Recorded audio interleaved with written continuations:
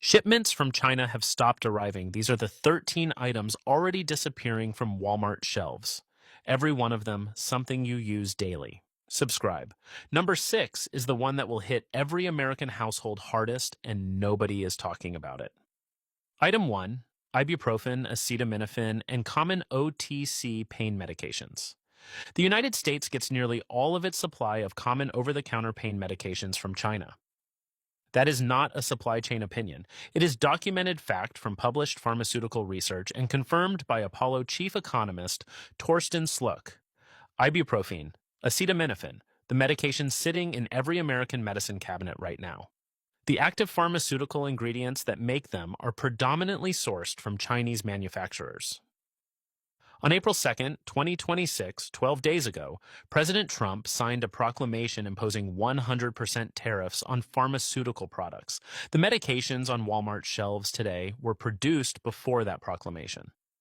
The next production cycle will cost dramatically more to source. This is not a future concern. This is a 12-day-old presidential proclamation directly impacting the supply chain of medications that 90% of American households use every week.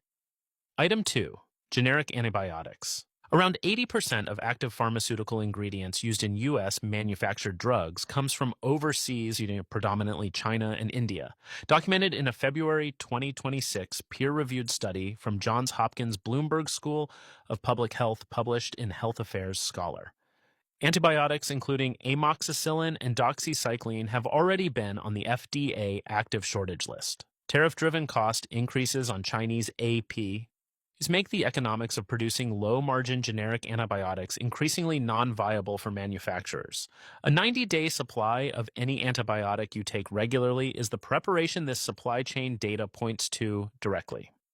Item 3, USB charging cables and phone chargers. Every USB-C cable, every phone charger, every laptop charging brick sold at Walmart is manufactured almost entirely in China. There is no domestic alternative supply chain for this category at any meaningful scale. Supply chain analysts specifically identified consumer electronics accessories as among the categories facing the highest tariff exposure and the fastest expected shelf depletion. A charging cable is the physical connection between a household member and emergency communications and family contact. One broken cable with no spare is a communication gap. Item 4. Extension cords and power strips. Power strips and extension cords are manufactured overwhelmingly in China. They are high-volume, low-margin products that sit in the exact category supply chain experts describe as most vulnerable to tariff disruption. Too cheap to absorb the cost increase. Too reliant on Chinese manufacturing to source elsewhere quickly. They are purchased when one breaks or a new need arises. When the shelf is empty and that need arises simultaneously, there is no replacement. A spare costs almost nothing today. Item 5.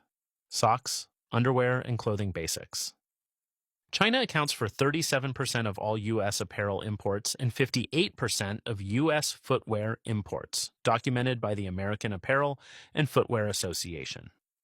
The lowest margin categories in this range, basic socks, underwear, children's everyday clothing, are documented by supply chain logistics experts as the first apparel items to disappear from shelves because tariff costs eliminate the thin profit margins that make their import economically viable.